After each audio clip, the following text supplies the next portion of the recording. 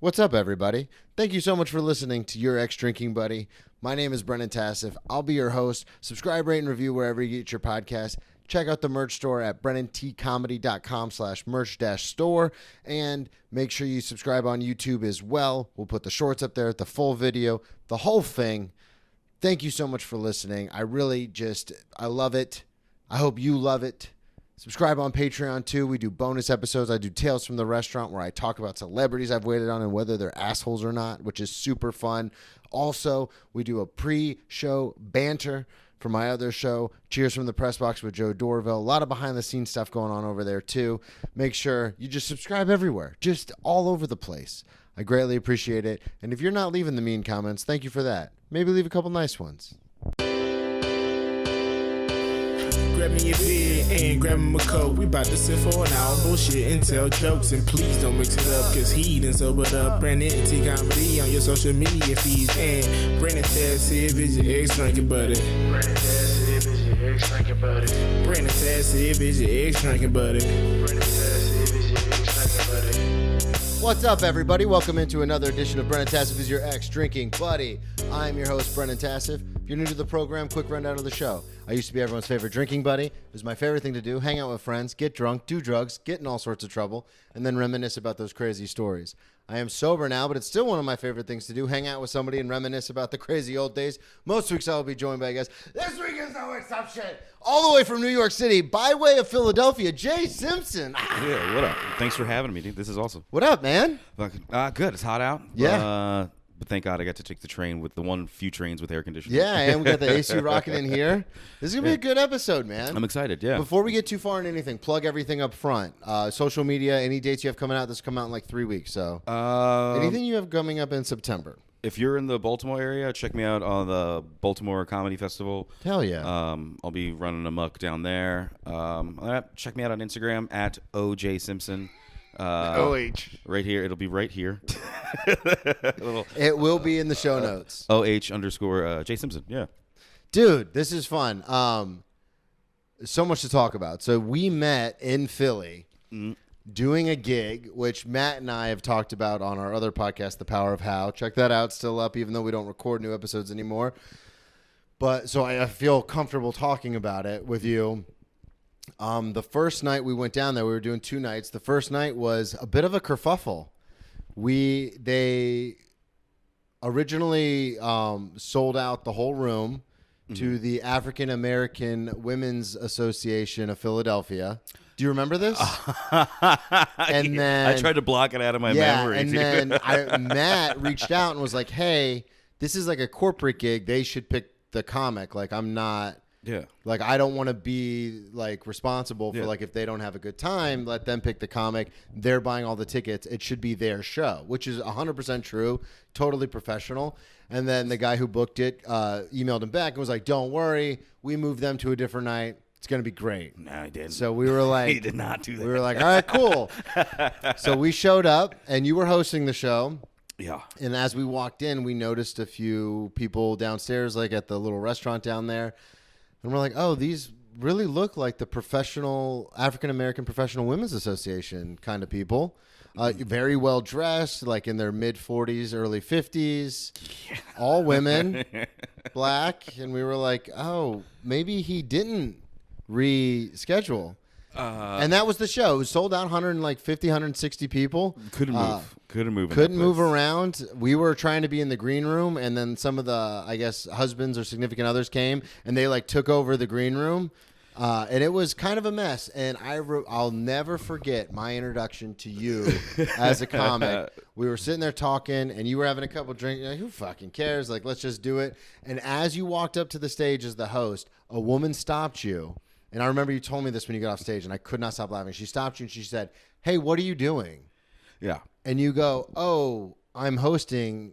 It's a comedy show. And she went, what? Yeah. And then you had to run on stage. Yeah.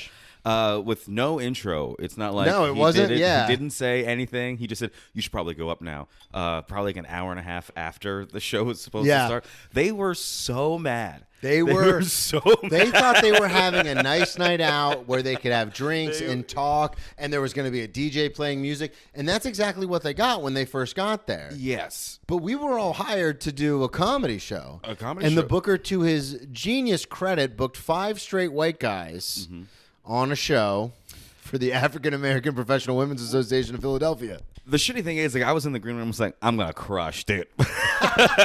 He's like, you see how many people are out there? Dude, There's black like women 200 people love here. me, dude. I wish I had brought my buddy. He could have gotten a tape. It was probably the worst weekend in comedy I've ever had. I remember the guy who ran it came up to me because I was supposed to do 20. I was featuring for Matt.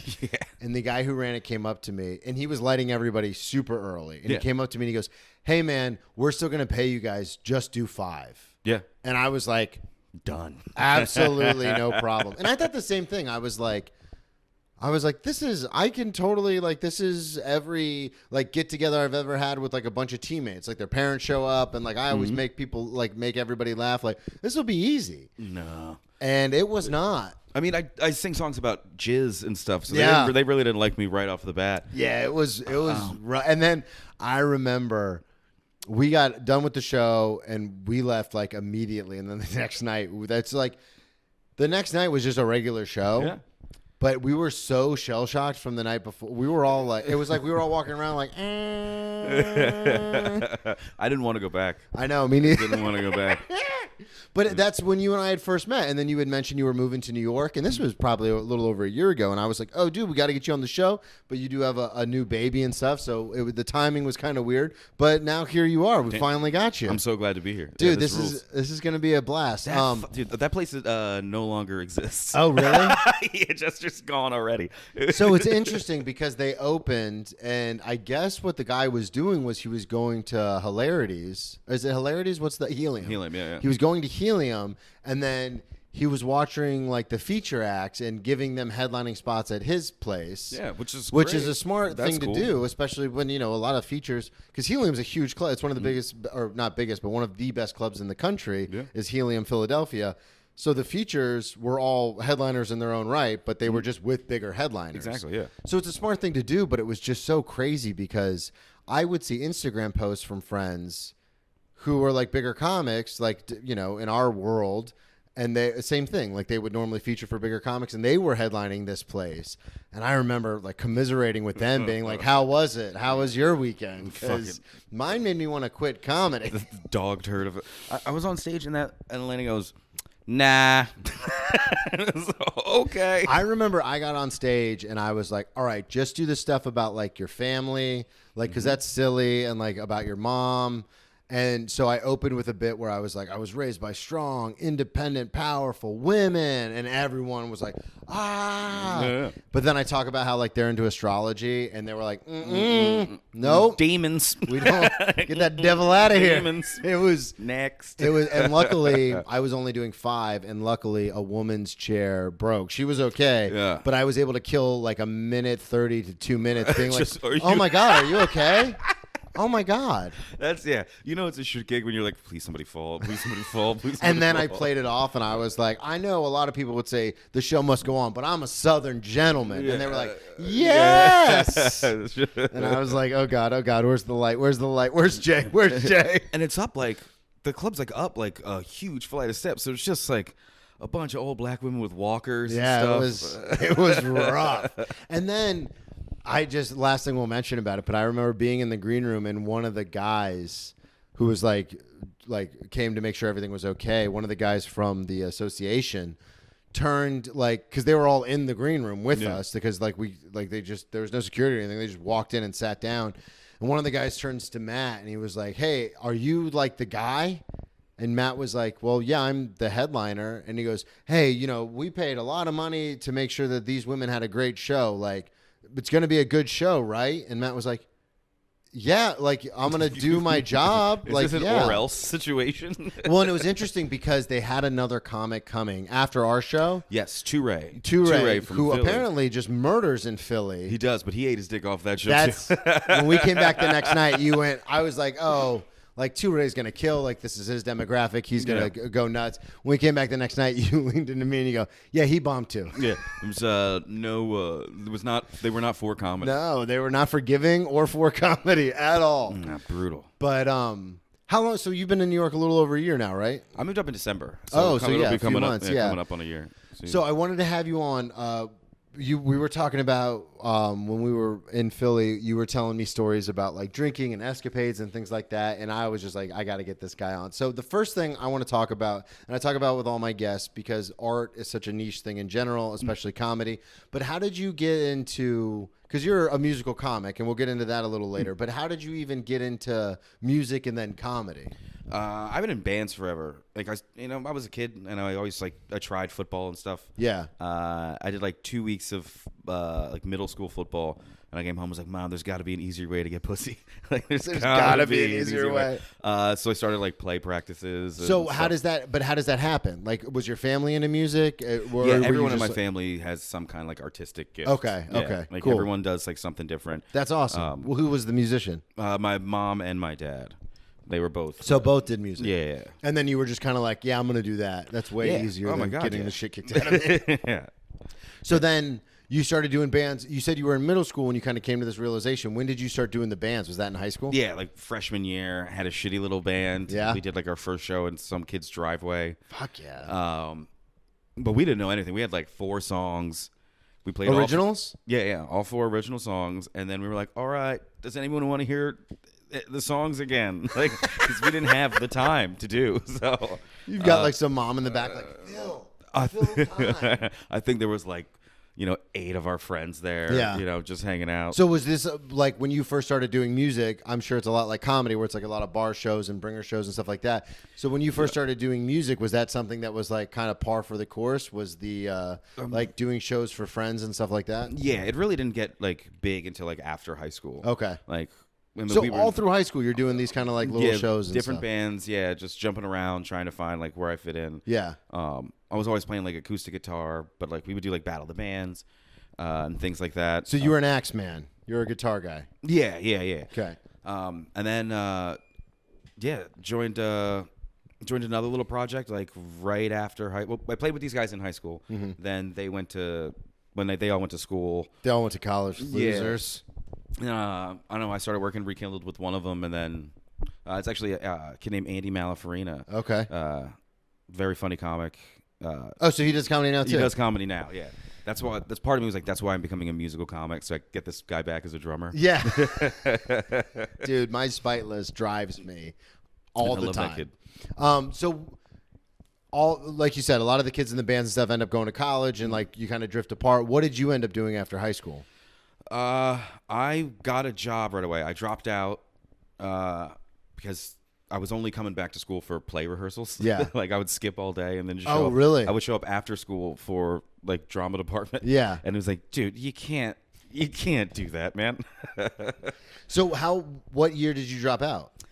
2006? No, but I'm saying like what year as far as your high school career? Were you 2006. No, but were you a senior, junior? Oh, junior the second time. Oh, okay. But again, like I wasn't stupid. I wasn't a stupid kid. I just didn't give a fuck about homework, and I would Yeah. skip. Yeah. School was more of like a social hangout for me. For you. You know what I mean? Yeah. Yeah. And I wasn't like I didn't even drink then. Like I didn't drink until I don't know. I was probably like 19. 20. Okay. Yeah. So then you said you dropped out. You got a job like immediately. Yeah. I got a job as a bartender. Okay. I worked one shift at Wendy's, and then I had gotten the bartending job like the night of. Okay. So I went to bartending school and then dropped out of that too.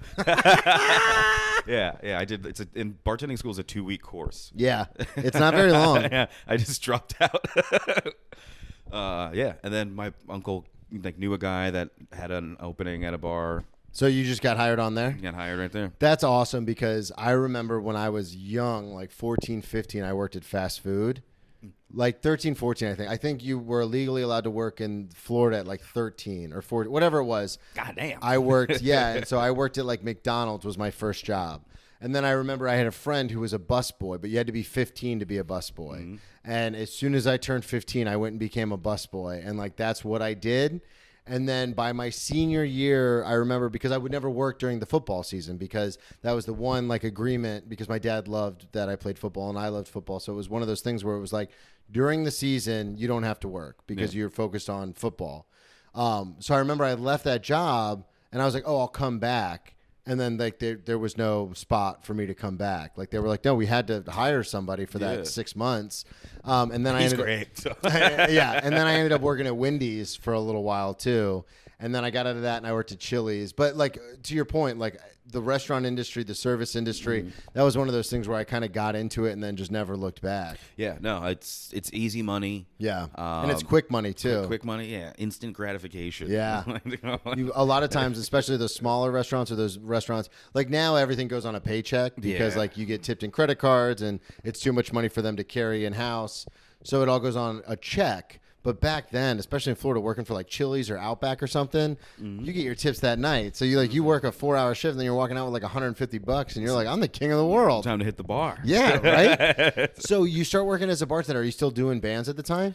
Yeah. I'm still kind of like running like some solo stuff then, like jamming here and there. But then I met a girl and moved to New York for a little bit. Did you move here?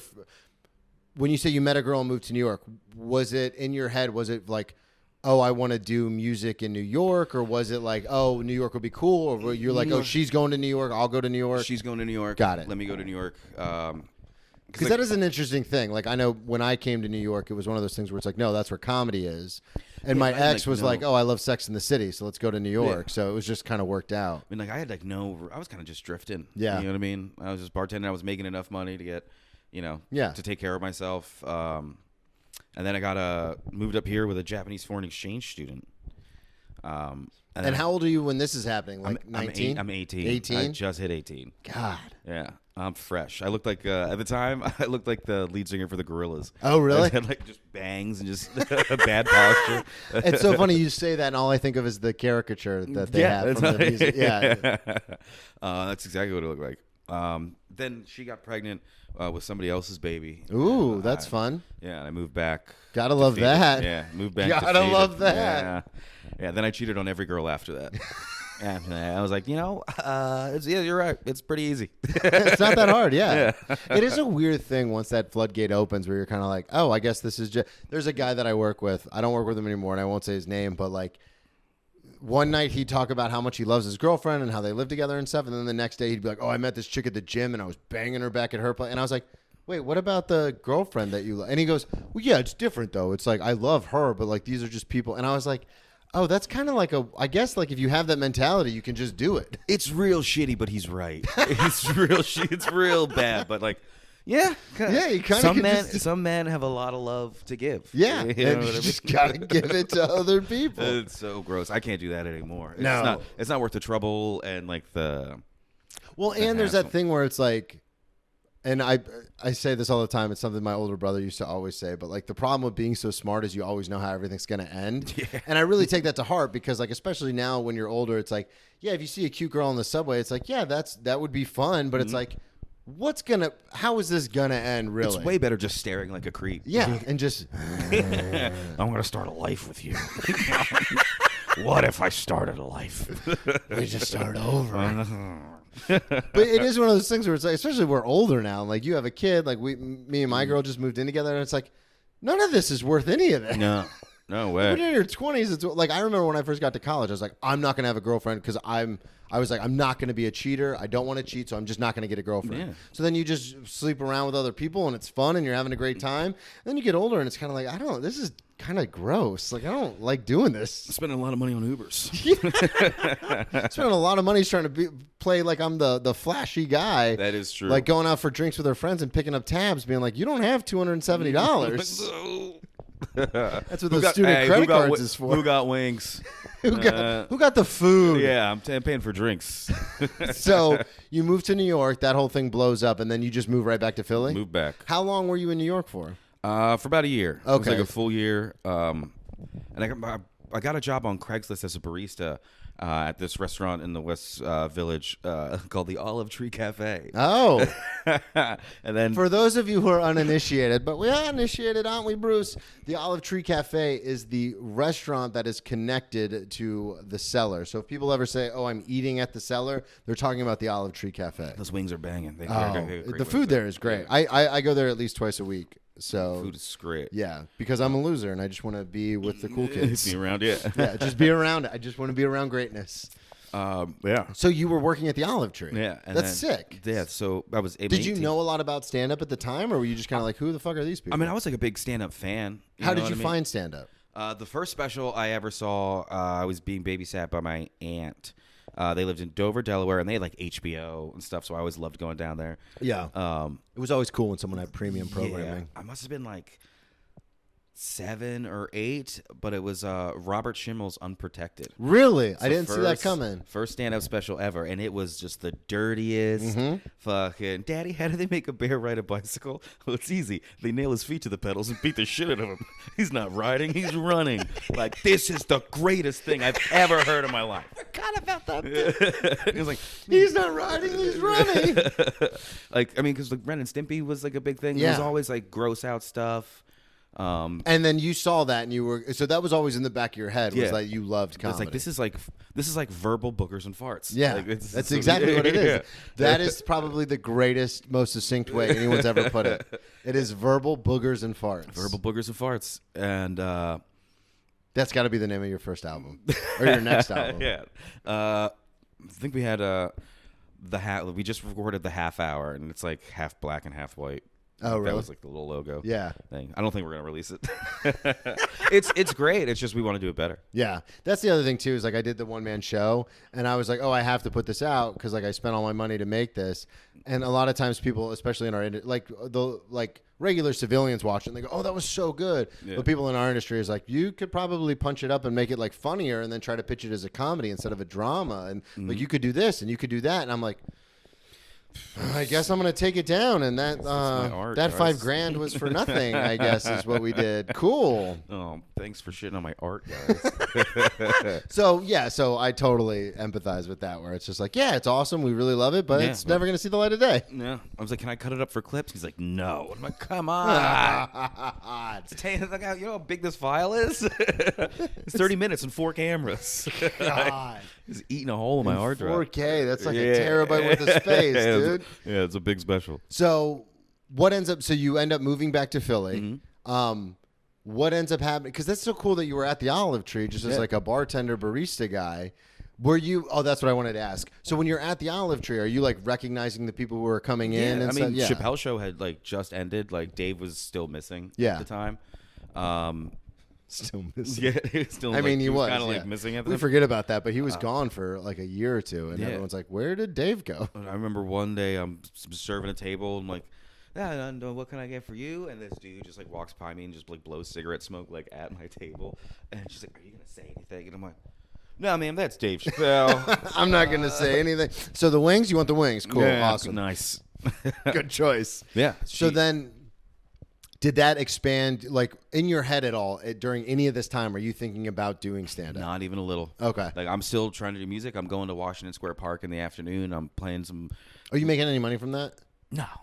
Okay, because that's genuinely a question that I have when I see the people out there, like, playing and stuff. Because a lot of times if I carry a small amount of cash on me just in case. Mm-hmm. Like, because to be honest, like, if you're going to get mugged, you need to have something to give to the person so they'll leave. So I carry like $25, and a lot of times it's like 5s and 1s. So if I see someone and they're like really ripping it, and I'm like, oh, that's impressive, I'll give them money. But every time I look in there, I'm always like, did you put like all these 1s and 5s in here so other people think to put money in here? Like, you got to feed the kitty first. Yeah. Well, it was like, is there? So there's no money to be made in that. Well, no, I mean, because I was dumb. I was too dumb to take my hat off because the hat was like part of the outfit. Yeah. I never put it down. Oh, really? I never put the hat down. So how would you get money? I didn't. I was working at the Cellar. I just went to go play. Oh, wow. So you literally did it for the love of the game. I didn't. I felt like I had too much pride to busk. Is that what it's called? Busk? Yeah, busking. Yeah, when you're playing music on the street for money. So you weren't even doing it. That's insane I was to just me. going there to practice and sing, and then a lot of people like would laugh at me just because like the way I looked and like I was singing like emo songs. Yeah. You know. A lot of people would laugh. That's so yeah, they were like mean. walking by laughing. So yeah, no, I just never. It's never been about money. It's funny you say Ever. that because it's so hard for certain people in our lives to wrap their head around that. Yeah, my girlfriend for one. I was going to say my family for one, where it's just like, you could like, because I work at swanky restaurants now, and like the one I work at is really good. And there's people in my life who are always like, well, you could always just be a manager at the restaurant you work at. They make 6 figures, you get health care, 401k. And I'm like, no. Yeah, that's your life. That's not a thing I'm going to do. Yeah, that's. I mean, I'm a manager now, and like I didn't want to. I came down like as a bartender. Or Yeah. I moved up as a bartender. Transferred up as a bartender, and then 2 weeks in, I'm just like I'm scheduled as a lead, and like, no, And you're fuck. like, yeah. I get asked. They're like, hey, do you want to be a trainer? And it's like, that's as high as I'll go. Yeah, No more. I don't want to. I don't. Because I did the manager thing back when I was like, okay, I'm going to, I'm done with comedy. This is, 15 years ago, but I was like, I'm done with comedy. I was engaged. My fiance at the time was a school teacher. I was like, I'll become a manager. That way I have like a more stable job, like a more stable lifestyle. And that lasted like a year. And I was like, oh, I'm not doing, this is insane. Yeah, I'm it's working not 80 fun. hours a week for like my paycheck every 2 weeks after everything came out was like $900. I was like, this is crazy. And especially you're managing a restaurant, you got to input the tips at the end of the night. Yeah, and and you're you're seeing like- how much they're walking with. Like, you're making Yeah. more than me. I hate you. Bartenders are making way more than me. Oh yeah, and it's so funny because whenever anything happens at the restaurant, my managers are like, "Yeah, well, you guys like." I'll be like, "I was here from open to close," and they're like, "Your open to close is from 4 to 10. I've been here since 9 a.m." And I was like, I always go, "Well, you have health care. You have insurance. I don't." So you end up moving back to Philly. When you're back in, like, what happens where you make the trip? Because that's one of the stories that you sent me, but it also makes a lot of sense. What happens when you make the transition into stand-up? Are you thinking I'm going to do music and comedy, or like what happened? Take us through it. I never wanted to do the two together. Yeah. I always thought my music was like good enough that it could stand on its own, and I thought my jokes were good enough that I didn't need the music stuff. I want to, before you get into the story, because it all kind of has to do with each other. You said you didn't start drinking until you were like 19. Yeah. So all the stuff blows up in New York. You move back to Philly, and is that when you start drinking? I started drinking in New York Okay. because I was working at the cellar and then going out with them after work, and like Yeah. I wasn't 21, so I would just go in with coworkers, and then eventually I just started going in by myself. Yeah. Because I don't know, I would buy weed from a security guard, and you know what I mean. So they knew you. Yeah. So when you were going with the other people from the cellar, you would start you would drink then. yeah. So how did? Because you hadn't drank up to this point. What was that? I mean, like maybe like one or two. Yeah. You know, like throughout like experiences total. Yeah. You know, I wasn't like a big party. Like we partied, but we were more like into smoking weed and doing mushrooms and Yeah. stuff. When did you first smoke weed? I smoked weed, had my first sip of alcohol, and lost my virginity all on the same day. What day? How old were you when this happened? My 13th birthday. Get out of town. Yeah. Hang on, we got to write that down. Yes, Southern Comfort. Smoked some weed. Like my birthday party was like Who was in charge of this birthday party? It was at like the Route 100 roller skating rink. It was Okay. like a little like we had sock hops there. There were just parties there. Yeah, We'd go yeah. there and hang out as kids. So you're 13. You're in middle school, 13, 8th grade. middle school. Yeah, and you're just like, we're gonna let it rip. yeah. And I was like, okay, I'm an adult now, and I can go see PG-13 movies by myself. How did the losing your virginity thing come up? You know, like every school has like the girl that hisses at people. Yeah, It was her.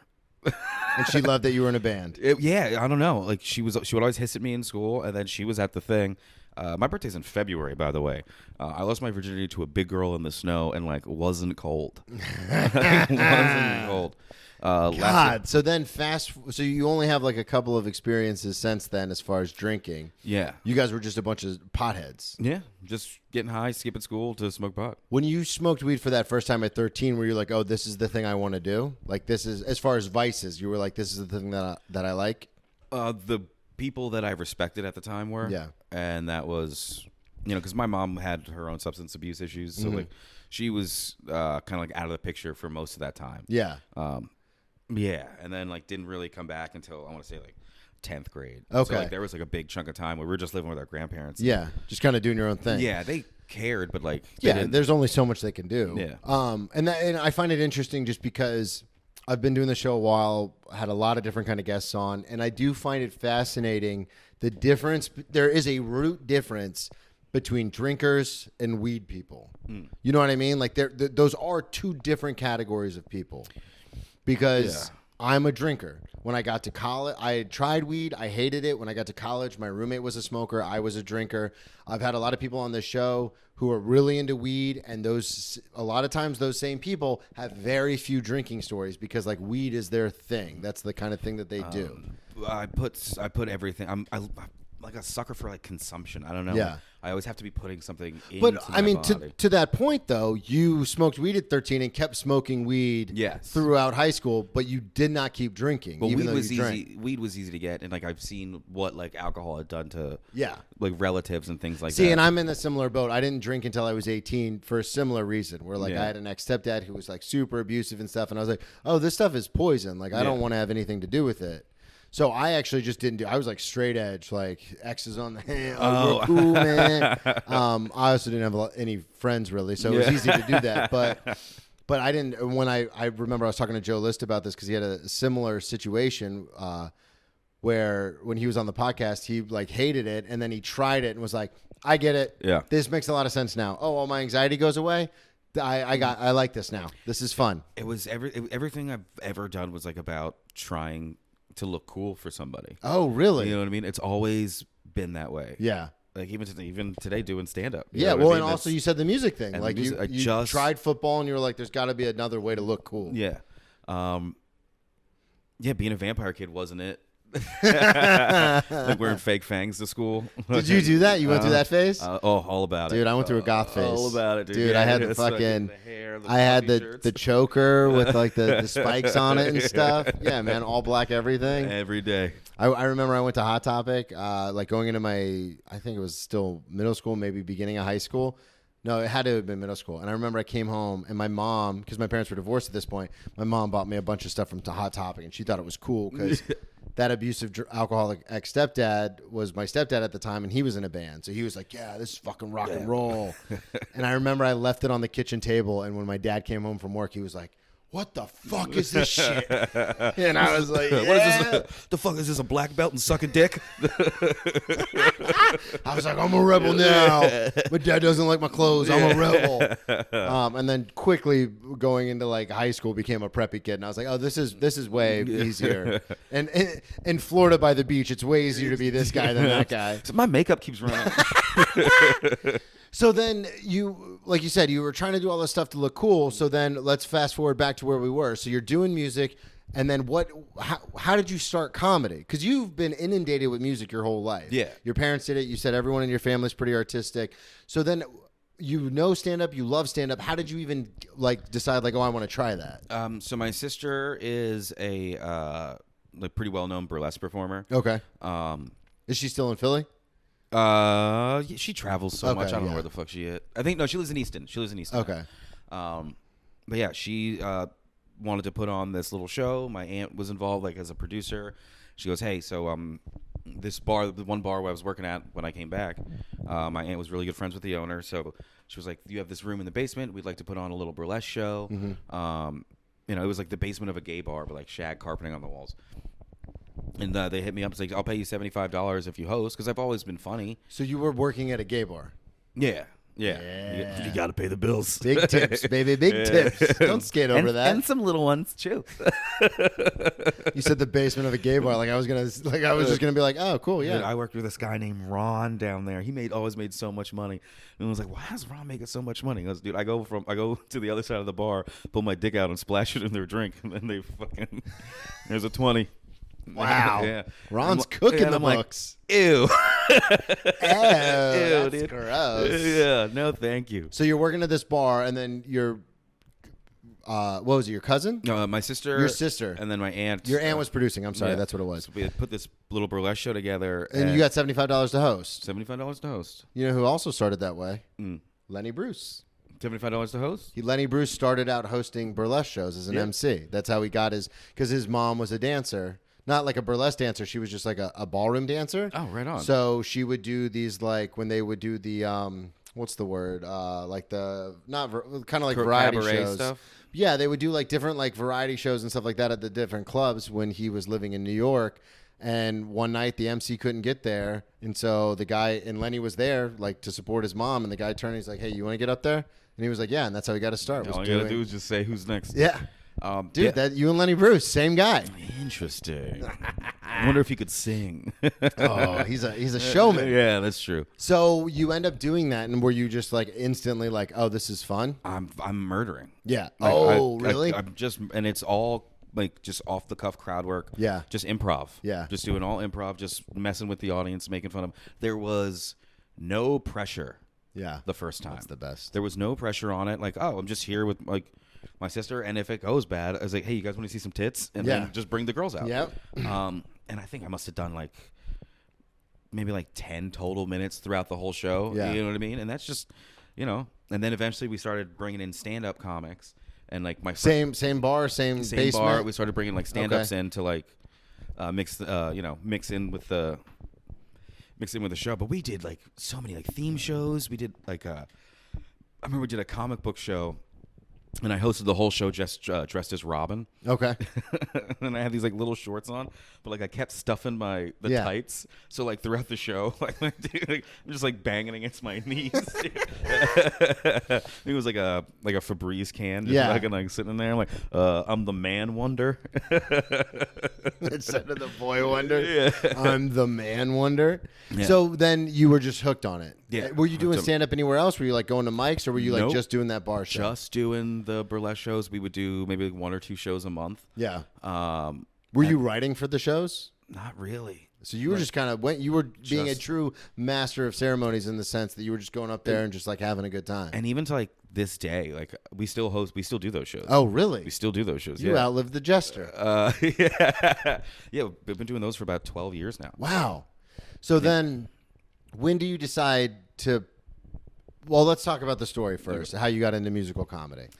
So music. I moved to when I moved back to Philly. Through the burlesque scene, there's this guy. He runs a bunch of gay shows out there, and he has a show called Songbird. Basically, it's a singing contest, but like each week they do a different theme. Mm-hmm. It's like a gay American Idol. Got it. And the week I got eliminated, you were like, "Oh, I do music. I'm going to do this." Yeah. I was like, "Hell yeah, dude, I'll rip it." And I was Sing already some emo songs. Yeah. Who doesn't love a little dashboard confessional? You're here. It's everywhere. Yeah, I had been doing stand up then. You know, I'd already started doing stand up. I think it was about like a year in to like actually writing, which is so much harder than like doing the burlesque shows. Like I can just riff. How long did you do the burlesque shows before you started writing? Because you said you were about a year in. How long were you doing the burlesque shows until you were like, okay, maybe I should take this a little more seriously? I moved to LA and then came back. Wait, Yeah. Wait, what? Yeah, I moved to LA. Then Dude, you've had a crazy life. So yeah, I've been a lot of places. what? All right, I want to clean up the chronological order. sorry. So you go to New York Mm-hmm. at 18, blows up in your face. You move back to Philly. Yes. You started drinking in New York. You move back to Philly. You're working at this gay bar, and then downstairs. I could probably just say bar. I don't have to keep saying gay bar. Downstairs, you guys are doing the burlesque shows. You're doing the MCing, and then what happens after that? So these burlesque shows start picking up. Yeah. We start doing bigger and bigger gigs. We start Got it. traveling for it. Okay. And this is all with your sister, like yeah, at the yeah. helm, like Yes. of like this is her show. Yeah. You're just MCing it. Yeah. And I was like, Did the money get any better? Yeah. Yeah. Yeah. They take care of me. Like now and it's so much fun to do it. Like, But it would just be Yeah. funny if you guys are playing like a big theater and she's like, no, 75. We agreed on 75. I was like, I don't get a raise after 12 years. So that's starting to pick up, and you're doing the MC thing. Before you go to LA, have you started like writing and taking stand up more seriously? Nope. I haven't even touched the stuff. Okay, so you're all burlesque. just I'm doing the MC thing. MC and music. What brings you to LA? I'm playing with a band. Living in Bethlehem, PA. Okay. Playing with this band every night, super late. But we're going to the bar from like, I don't know, when we get off work at like 10 and staying there till 2. Then this guy has like this mansion in the fucking woods.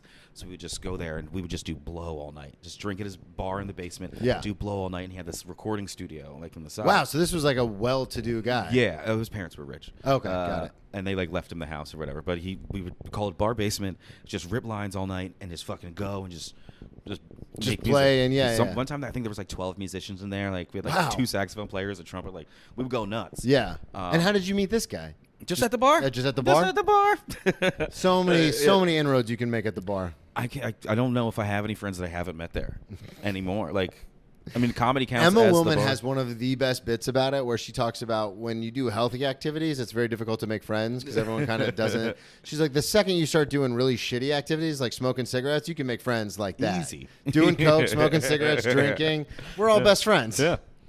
So you're going to this guy's house, you're recording music, you're doing all this, and this is probably, 6 months into being back in Pennsylvania? A year? Yeah, about a year. Yeah, Okay, yeah. so you're about a year back in Pennsylvania. You're still just ripping it at the burlesque shows. And then what happens where you're like, we're going to go to L.A.?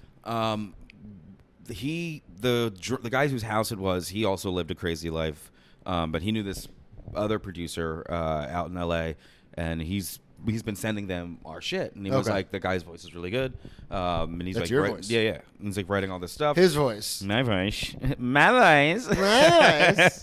and so he's like, I'd love to meet him, so he flies me out there. I spend a week. We have a really good time, and then I go back, and I don't know, something about just the mundaneness of like, no, I'm getting older. Yeah. At this point, I think I'm like 26, 27. Yeah. So like, my idea of like making it is like it's now or never. Yeah. Like I've never been asked to go, to this guy's asking me to come to LA to work on songs Yeah. with him. I've never been asked to the prom, let alone to go across the country. Shucks, no one asked me. But no, to your point, it's like it's very good to be wanted. Yeah. For people to be like, no, you have something here. We want to embrace it. Yeah. And you're like, fuck yeah, let's do it. So then you go to LA. Well, I was with a girl for 7 years, like, so I had like a relationship and everything, like a whole life. Yeah. Oh my God, yeah. And so shit. It happens a lot on the Yeah, show. like, Don't worry. fuck, dude. So I'm It happens way more often than you think on Yeah, this show. goddamn, Where people see- just start talking about a story and then they're like, God damn. I had a whole thing. so I went out for a week and then came back, and in that like month period, we recorded like a brand new like 4-track demo. You and the 4 tracks, Yeah, man. dude. It was like some of the best Always music. with the 4 tracks. That's middle school. It was some of like the best like music we had written together. Yeah. So I sent that to the producer, and he was like, "This is awesome. Can I get the stems to it?" And the guys I was working with, What's a stem? like the stems, like the raw files, Okay. like the WAV files to the track. So like, Okay. that way you can edit everything, Got it, cut got it it, up got it, easier, yeah. not just like an MP3. Yeah. Like enable. So it's edit. like the individual tracks. Yeah, he wants the Yeah. individual tracks, and the guys I was working with were like, no, are you fucking crazy? We don't know this guy. It was a different project than the guy that sent me there Okay. originally. So this is a totally different guy. Yeah, and I'm working on 4 different projects at Yeah. this time. So the guy you met, the guy in Bethlehem, Yeah. the guy with the big mansion, was he an actual music producer, or did he just have a recording studio because his parents or his dad did or his mom He did or just something? had a recording studio. Okay, His so he dad wasn't in an a band. actual producer. No, But no. he would send your music to real producers in LA. Yes. And then one of them flies you out, and then there's another one asking for the original files. That's the same guy. Oh, The guy that The originally guy flew that me flew out. you out is asking for the files, Yeah. but the rest of the band doesn't know him because he flew you out, and they're like, Yeah. absolutely not. Yeah, and then he said I'm difficult to work with, and then cut me completely. He just Really? stopped returning my calls. So now I'm in LA with. So you ended up going back out to LA. Yeah, and Because I'm- you glossed over. You said you were out there for a week. You came back, recorded that demo, and then. and then you just went. Yeah. Did the rest of the band go with you? No. So, wow, Yeah. that's ballsy. Because we weren't like an actual like band. We were just 3 dudes writing. Yeah. Like it's not like we didn't play any gigs together or anything. Yeah. We were just songwriters. You're just almost like studio Yeah, guys. studio musicians, yeah. So this is crazy to me. So you go out there for a week, you come back, they're being difficult, which in turn makes you seem difficult. Yeah. But you're like, fuck this, I'm just going to go out there. Yeah. So you go out there, and because they will not send you the original files, the guy just cuts you completely. Cuts me completely. What the fuck? So man? now, yeah. You uprooted your whole life to go. Yeah. Yeah. Did you break up with the girlfriend? Yeah. Yeah. Wow. Yeah. I ran into her at a wedding like 2 weeks ago. How is she? Not as hot as she used to be. So Hey! no, Yeah, she's great. She's great. Lovely person. But no, that's an insane thing because it's interesting because when I first moved to New York, a lot of, because it was like during the pandemic and stuff, and a lot of brokers were like, oh, just sign the lease online. We'll figure it out when you get here. And I had heard so many horror stories, to your point of what you're talking about, where I had friends who would play the Comedy Zone in Jack's, and it would be a big New York comic who would come through, and just as like a throwaway line, they were like, hey, whenever you're in New York, look me up. Yeah. And they would take that as gospel and uproot their entire lives, move to like a flooded basement apartment in New York, and then call that headliner, and they'd be like, I mean, dude, I have a hard enough time getting booked in the city. Like, I can't do anything for you. I just meant, like, we could go grab a beer or something. Yeah. And they'd be in New York, like, with their pants down, basically being like, and that's exactly what happened to you. Like, you got out there, and then the guy was like, nah, fuck this, I'm out. And you're just like, wait, what? Now I'm just working at Starbucks. So what happened? I would just end up working at a Starbucks. And then I run out. I meet a girl out there. Of course. I'm noticing a pattern starts to develop. Jack. Yeah, it's a girl move, girl move, girl move. Yeah. Yeah. It's been like 7 months out there, and that was Where were you living? How did you pay for like rent? How did Boyle you? Heights. My mom would send me a couple bucks when she could, Yeah. and then just couch surfing. Yeah. Then I finally got my own place as I was working at the Starbucks, and completely on the other side of the fucking city. Yeah. It's like 13 miles. Damn. Yeah. So, what happens that you move back home? Are you just like, I'm fucking I'm done. Yeah, I'm okay. done. I can't. 7 I can't months, swing and you're this. like, I'm out. Well, like, and the place that I got, like, it was. There's no way it was good on No. Starbucks money. No, there was 9 people that lived in the house. I was paying $630 a month. 9 people? 9 people living in a house. It was like $630 a month. I was making $360 every 2 weeks. Dude. Yeah. So just doing that, and like the leftover money that I had, I would go to Trader Joe's. I would get a bottle of $2 Chuck, and then a thing of chicken nuggets, and that was like every Sunday. That was my treat. Yeah. A bottle of wine and chicken nuggets. God. So And you did that for 7 months. 7 months. And then you're like, I'm out. I'm going back Yeah. home. Yeah. Did you, when you came back to Philly, did you move in back with your mom, or were you like out and around, or what? I moved in with a friend? Yeah, I moved in with a buddy Got it. out there. Then I was like also trying to rekindle things with the girl that I left. Yeah. Then met this other girl. She was like a burlesque dancer. She's always been involved in our troupe. So like me and the girl I was with for 7 years, we're done. Mm-hmm. So now I'm talking to this burlesque performer. Great cans. And This is the 50s? yeah, so I'm talking to this burlesque performer. Great cans on her, see? There she was, standing up there, swinging her titties around. I remember it like it was yesterday. But then I was hitting the bottle like real hard then. So we were what- drinking every night. And how old are you at this? You got to be like 22?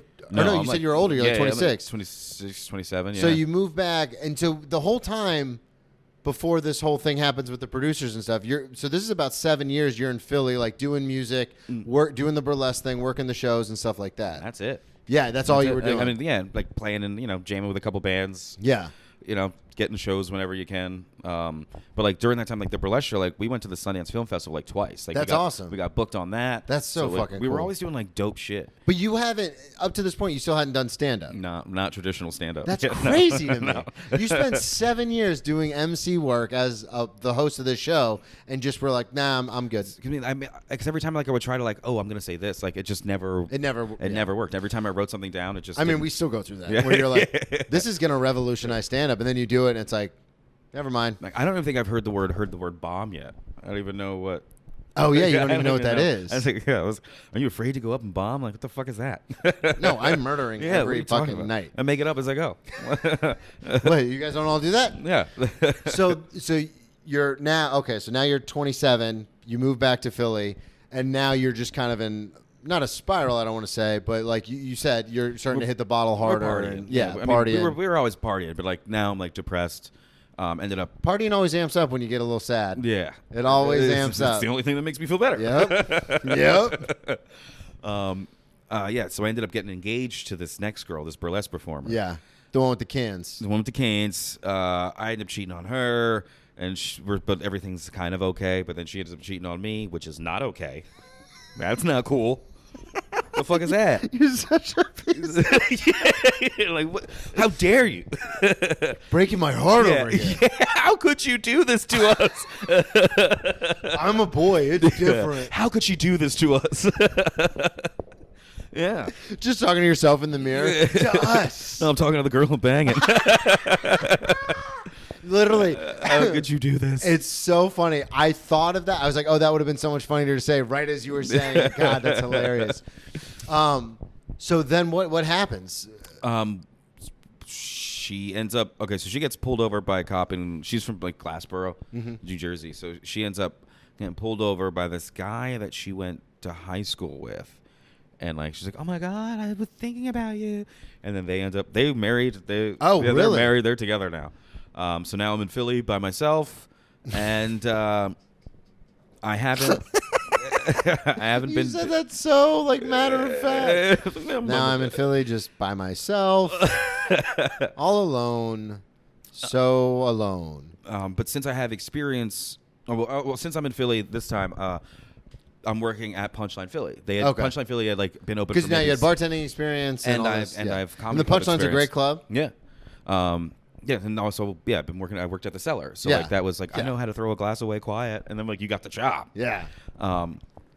So I'm working at Punchline, and now like I'm starting to meet like more comics. Because at the Cellar, like you meet comics, but they're at a specific level where That it's like you- they're not gonna. you know what I mean? Yeah. Oh, I know exactly what you mean. I go there every Wednesday, and every Wednesday I'm like, "Hey, so and so that I've met like 6 times," and they just turn and go, "Yeah," and just keep walking. And you're like, "All right, cool guys, awesome." So now it's now I'm hitting open mics. Okay. Now I'm hitting open mics, and I think that like I have, and I'm telling like the lady at the club, like the booker, that she's like, "How much time can you do?" And I was like, "I could do a while," like Because you have all the experience from of burlesque the shows. emceeing, yeah. But when you don't have the confidence or backing of girls with rockin' tits behind you, you have like I have nothing. You know what I mean? That's so interesting how that one little, not even a little factor, but that one factor Yeah. changes the whole thing. Because you said earlier, there was nothing to be afraid of. Yeah. Because if you were doing poorly, you'd just be like, all right. Hey, we're having a good time. Yeah. You guys want to see some boobs? Yeah, Like, next dancer on our way out. Yeah, and so it never really mattered. But now So it's and just, it probably never occurred to you. no, not even a little. You were just like, yeah, I crush at this. Yeah, I'm gonna be great. And she's like, okay. But then when you're up there with like, okay, that's So not what? like- But how do you get up there? just 'cause- open mics. Oh no, but I'm saying like, how do you convince the booker to put you up? Oh, it's just open mic. Oh, okay. The club had an open mic every Okay, Monday, and got then it, she got it, would got it, sit, got it, got it, sit got it. in That and like, makes sense. well, I want to see you. You Yeah. know. So started, I want to see it. Oh, I'm gonna kill. and it was not good. It was not good. Of course it wasn't. was horrible. You fucking... It was actually a musical bit that I just went up there and this is the first like actual stand up at an open mic. I said, I just did poopy in the butt. Butt is filled with poop. Like, I just did Riders on the Storm, but talked like- about poopy and butts. It's all boogers and farts, man. Boogers and verbal boogers and farts. Yeah, and then just bomb my dick off for 3 minutes. So what did the booker say? She's like, yeah, no. Yeah, no. I thought, I see in my head, because a lot of times bigger clubs don't have mics. So in my head, I thought like you were just talking shit to the booker like on a shift one night. And they're like, oh, yeah, you host the Thursday show. Yeah. And you're like, yeah, no problem. No, I mean, hosting, fine. Yeah. Like, I can host the open mic. That's fine because that's not about me. Yeah. You know what I mean? I can. There's So the other- booker sees you and was like, absolutely. Yeah, not. no, but she like knows I'm hosting the burlesque Yeah. shows. She sees like I have energy. She know I'm not untalented. Yeah. but just the jokes aren't funny. Yeah.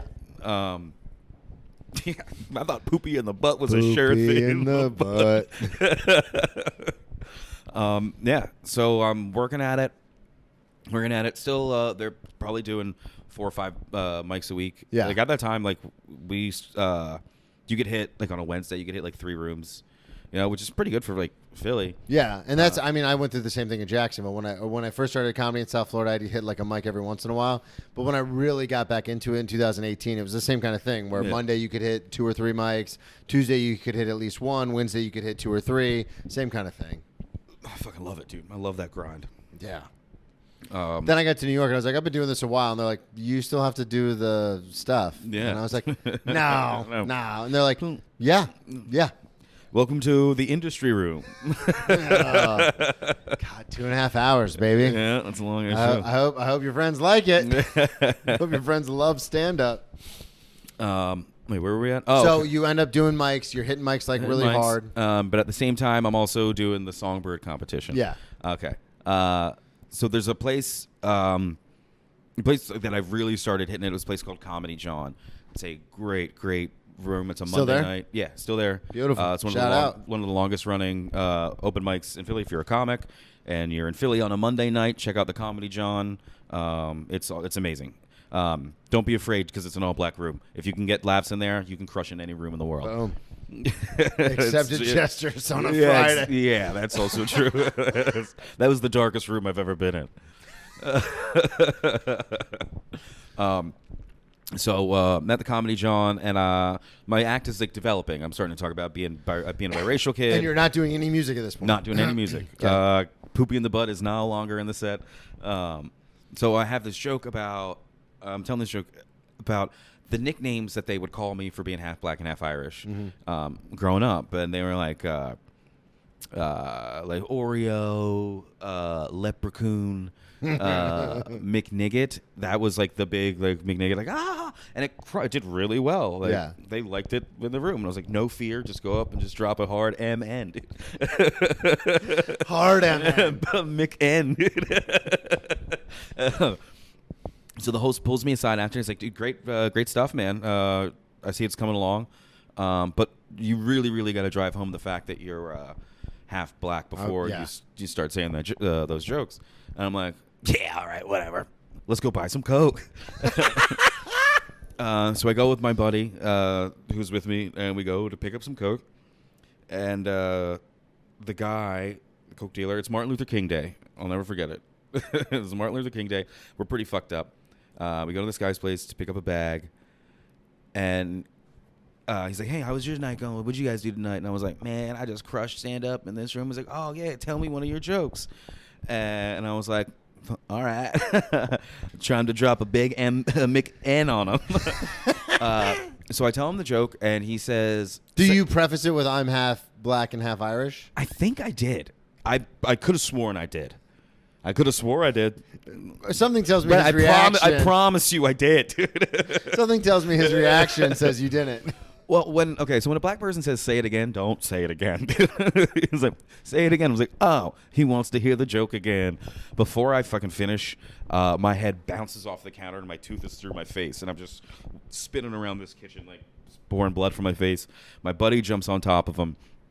He gets he gets pulled down and just pounded. Your buddy does. Yeah. Like, this guy's a Coke dealer. Yeah, like Jared Leto in fucking Fight Club. Yeah. Just fucking his eyes like bulged out. My tooth is through. I look like a fucking pug. God. Yeah. So I never did that joke again. Even though you're half black, you still were like, I'm out. Yeah. No. Yeah, it's not worth it. Yeah, and this is like also like right before Songbird ended. Okay. So like maybe it's because I can't think that to talk like this. I'm not gonna talk like Snagglepuss. Hey guys, how you doing today? I'd like to think this song is called Maps by the Yeah. So I get eliminated from that Songbird competition, and I had my acoustic with me because I did an acoustic version of Maps. And that night I got blackout drunk, getting eliminated. I got blackout drunk. Went to a late night open mic.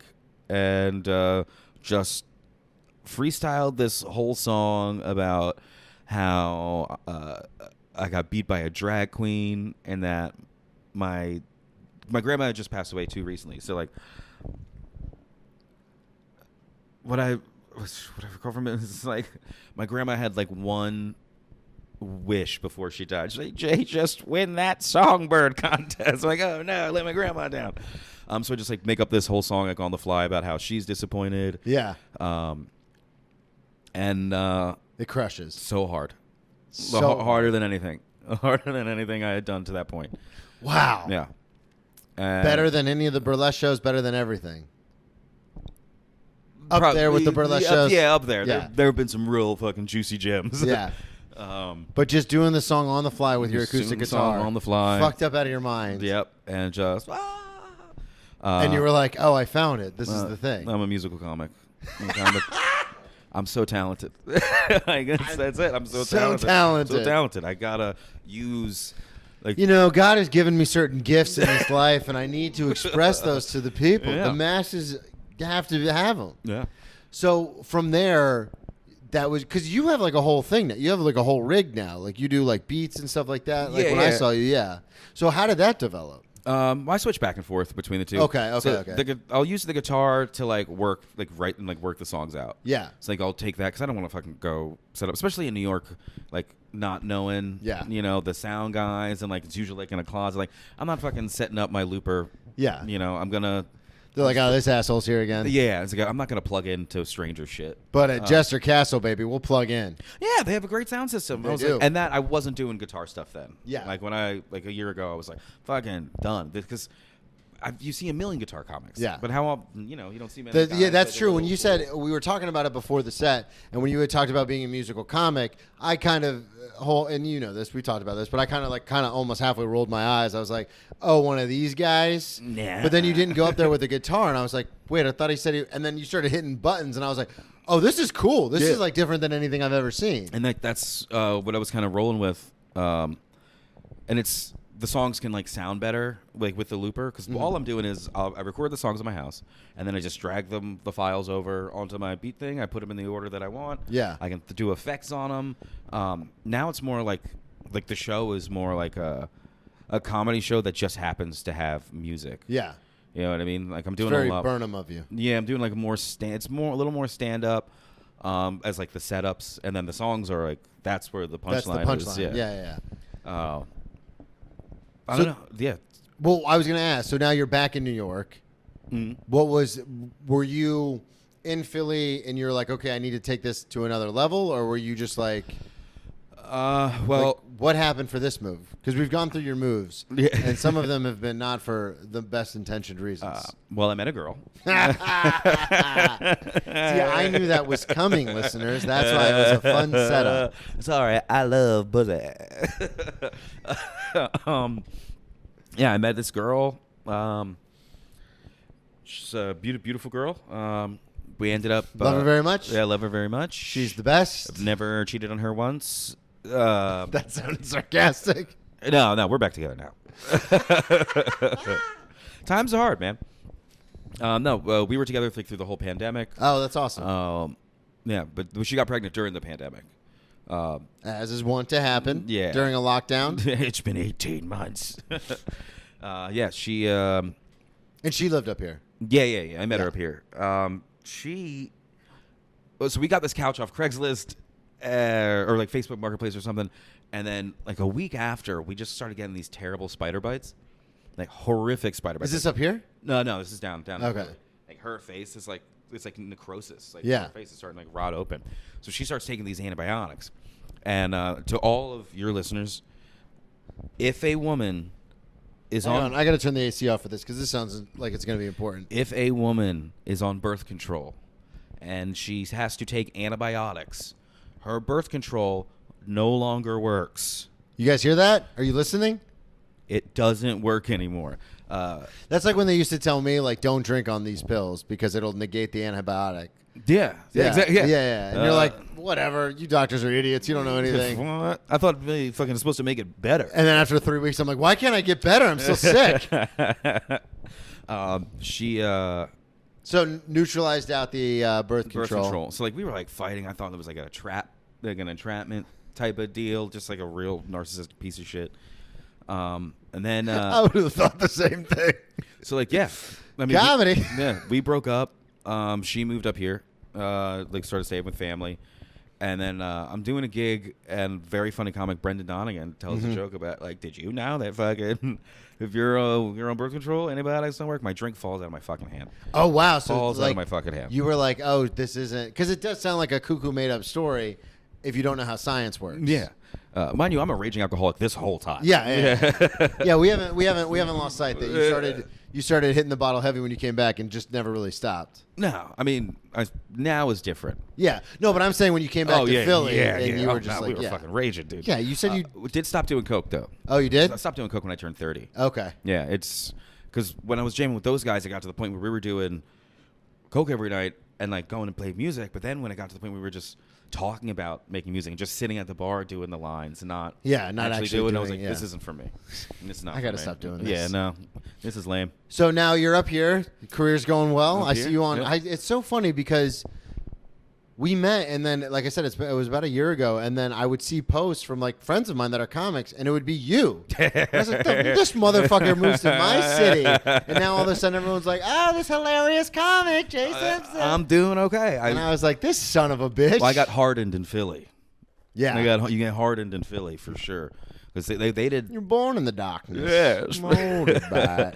Yeah, because like I wasn't like accepted really at first. Like as When you got here? Oh yeah. Like as a musical comic, like nobody really took me seriously. That's true because you weren't even in the like doing these shows, the burlesque shows and everything for that 7 years. You weren't in the comedy scene. Yeah, I mean, I was only like I've been doing comedy for like maybe a year. Yeah. Before I switched over to musical comedy, like actually trying to write bits, and writing the songs came so easy. Yeah, because it's your natural instinct. Just some like witty lyrics and a cool little riff. Yeah. And one thing I always promised myself is like the music has to be good first. As to be a musical comic, you have to be good at music first. Yeah. Which I think is missed on a lot of people. There's something called musical comedy voice. Yeah. Musical comedy voice. It's like there's 3 verses and 3 choruses, a bridge and a final chorus about I hate my dad is like this. Mm-hmm. Like, ugh. No. You want the music to be good. Yeah, first. my song's a minute and a half. Set up, in, getting out, set baby. up, Let's punch, go. and then you'll be singing it in the shower. Yeah. So I wanted to ask you because you brought it up, and I have to talk to you about the karaoke thing because that is my childhood. Like I said, my ex-alcoholic stepdad was in a bunch of bands, and so we did that whole thing. But I wanted to ask you about the cocaine thing because, and I know the listeners, I know I've told this story before, but the first time I saw it, I'll give you an abridged version. I thought drugs were like super bad. The DARE program worked on me. I just drank when I was 18 and the high school was pretty much over. And then I was just a drinker. I didn't really do drugs. I told you I tried weed a couple times and I was like, I hate this. And the first time I saw cocaine, I was in college and someone, like a girl that I knew, I went to her dorm room and she just pulled it out and started doing it and was like, do you want some? And I was playing college football at the time and I was like, no, I don't even think I can be in this dorm room right now. Like, I think this is... And then I remember later on in my life, like a few years later, when I stopped playing football and I started partying a lot, I would start doing it because it would keep me awake. And it's South Florida, someone always had it. So it kind of was like a gradual thing where I had seen it a couple times but never tried it, then started trying it. For you, was it around because of the music situation? Or like, how did you even come to like know about it and to do it? Not know about it, but you know what I mean? Like to do it because... First time I did coke was in high school. Okay. I met a girl. God, so many good titles, but it has to be I Met a Girl. I met a girl. No, she was just a really hot girl that sat in front of me in math class. She turned around and she was like, you want to do some cocaine? Oh, really? Yeah. And you were, because you were a big drug guy, so you were like... I mean, I was just smoking weed, but I was more of a like free spirit. Yeah, like sure, that's what I meant. That's a troublemaker. Same. Yeah, I was always a Free troublemaker. spirit, drug guy, it's the same class thing. clown. Yeah. Yeah, just like no fucks given. Like, so when you tried it, were you like, oh, this is awesome? Well, yeah, I was a vampire at the time, so nothing could kill me. God, and that was such a thing. We actually believed it. We were like, we're going to live forever. Uh-huh. And then we hit 30 and we're like, I can't do I almost this. canceled today because my shoulder hurts. I was like, I can't get out of bed today. To be honest with you, no shade for anybody.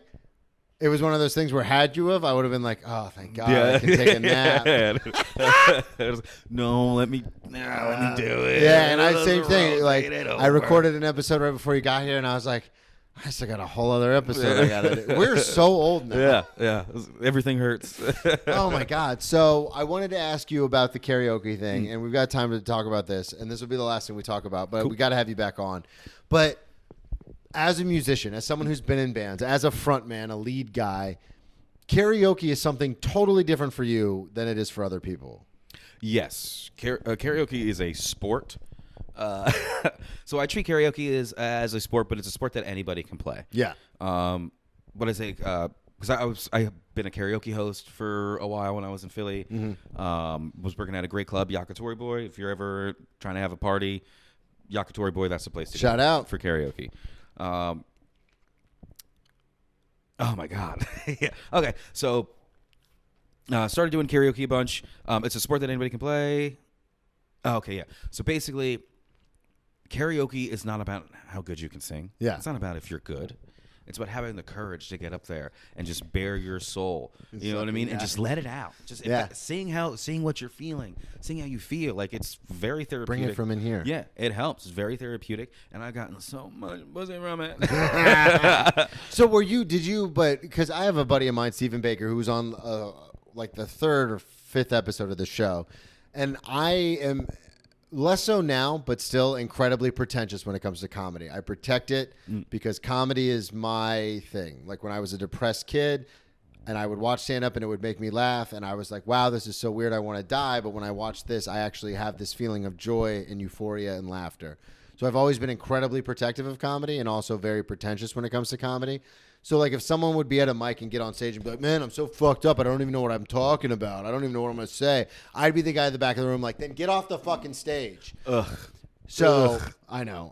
No, not you. Oh, but like, you I mean, sat here also- all night with a little fucking notebook, sweating about and you don't have nothing. Yeah. You're going up there with the ums. Yeah. Fuck you, dude. And so when I first got back into comedy, I was really hard that way, like very hard, and like we're supposed to be challenging the status quo. The laughter is secondary. We're all funny people. People will laugh at what we have to say because that is our get. Like, we are funny, but like, say something. Yeah. It's not all boogers and farts. That's how I was. And moving to New York, I've actually softened in that. But before I moved to New York, my buddy Stephen Baker said to me, he goes, Brennan, you have to understand, comedy, especially at open mics, is like karaoke. There are some people who treat it like this is important, and then there's other people who want to get drunk with their friends and do it. And as dumb as that sounds, it literally like was an awe-inspiring moment for me to be like, oh yeah, anyone's allowed to sign up at an open mic. It's not some weird like thing where it's like, we have to protect this. And both things can be true. Yeah, so Both things can be true. Coming from a background of music and stuff, I'm sure when it came to karaoke, and what you just said is very succinct but also very poetic, where it's like, it doesn't matter how you sound, like, sing it from in here. Yeah. So would you ever get frustrated with people when they'd go up there and like dick around and stuff, or For were karaoke? you like, were you like excited about it? I was excited. Yeah. I was excited. Like, fuck yeah, get it. Even if the notes are off, Yeah. if they have the passion to do it, like, yeah, that gets me off, dude. That gets me off, dude. So when you would do karaoke, were you only hosting, or were you doing karaoke but then you also were hosting karaoke? I was, yeah, both. I mean, okay, so you were you were in it. You were like in that scene. Well, part of my job was to like, the owner would come to me, he's like, "Do you do a song this hour yet?" I'm like, "No." He goes, "Fucking get one in." Yeah. It's like, Because he wanted you to get everybody going. yeah, exactly. Okay. Like, I would do like rap songs and stuff, songs to get the people hype. Yeah. Even every time I'm back in Philly, like, he'll look at my thing and he's like, "You know, stop by, hit us with a number." Wow. Yeah. So you were like into it. Yeah. And was it? Now this is gonna sound. It made me feel like a god. Yeah. It made me. That's feel what like I wanted to. Yeah. I was gonna say this is gonna sound dumb, but were you like in control of the whole It room? made me feel like, yeah. It's like Because you're a rock star for that 7 minutes or 6 minutes or whatever. It's yeah. And like, you know, sometimes I would like switch the words up a little bit, and make it funny. Yeah. You know what I mean? Like, there was always some kind of reaction. Like, there's the thing I always said about karaoke. It was like, hey, at least tonight, one person will come up to me and tell me I'm good and worth something. That's awesome because the thing, and I've had a couple of musicians on this, and we kind of go back and forth because the biggest difference between music and comedy, in my opinion, is the fact that with music, you don't have to pay. You can listen, but you don't have to pay attention. Whereas with comedy, you have to listen and pay attention. So there is a disconnect. Yeah. Where, like, I have a buddy who, John Weisbrod, who's been on the show. He plays at, like, the Soho House and the Dumbo House and, like, all these swanky places. And I remember I went to watch him one time, and I was like, dude, it's like cheating. Like, you're cheating at this, like, entertainment thing because no one even has to listen. But you're so good at this that it's just, like, a cool thing to have on in the background. Just part of it. Yeah. It's just a part of the nuance. It's a part of the vibe. And I was like, if I were to try and like, if he was like, hey, we're going to take a 10-minute break. Here's my buddy Brennan to do some stand-up. I would eat a dick because it's a totally different experience. I hate gorilla comedy. But also, it's just one of those things where it's like, Which also felt like the gig we met at. Yeah. But not for that reason. But it wasn't supposed to be. Yeah. No. Gorilla comedy, but spelled Guerio. It was my brain didn't even go there, Jay. My brain didn't even go there. Oh no, my head's gonna hit a coffee table again. But it is that weird thing where like with music you can, and that's a cool thing with karaoke is everyone knows that you're just trying to have a good time, so everyone's on your side. Whereas with comedy, there's no show that I've done where I shouldn't say no because only a Sith deals in absolutes, but there's very few shows that I've done where universally everyone was like, fucking, you ripped it, man. There's always one or two people who aren't going to connect with what you're saying. But with music, it's totally different. Yeah. And that's why, like, this karaoke thing, like, I'm so amazed by this, where it's like you were just, like, getting drunk, just being like, let's fucking go. Yeah, like, I'm the fucking man at this, Ed. Let me show you how. Look, you want to see how fast I can rap? It was all just to impress people. It was all just to make people think I was cool. And you still, God, the story of this episode, this is the motif of this episode. Yeah. So you still do it to this day when you go back? Yeah, I mean, if I have time. Yeah. Usually I'm just too busy hanging out with the dogs to fucking... Yeah. But yeah, any chance I get, if a bar's got karaoke, I'm like, well, we gotta fucking put them on. I mean, we're here. Yeah, We I've might as never... well. I don't think I've ever said, like, no, thank you. Wow. Yeah, that's... My worst addiction is karaoke, I would God, say. dude. Yeah. Dude, this was so much fun. Thank you so Hell much yeah, for dude. coming Fucking on. Brennan, dude, you're the fucking man. Fucking, This you're is the great. man. Plug everything one more time. Check me out at the Baltimore Comedy Festival. Follow me on Instagram to see where I'm going to be at. I'm floating around New York. I hang out. I spend a lot of time down in Gowanus. That's where they scrub the graffiti off the Jewish buses.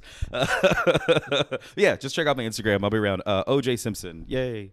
All right, beautiful. Thank you, everybody, so much for listening at Brennan T. Comedy on all social media.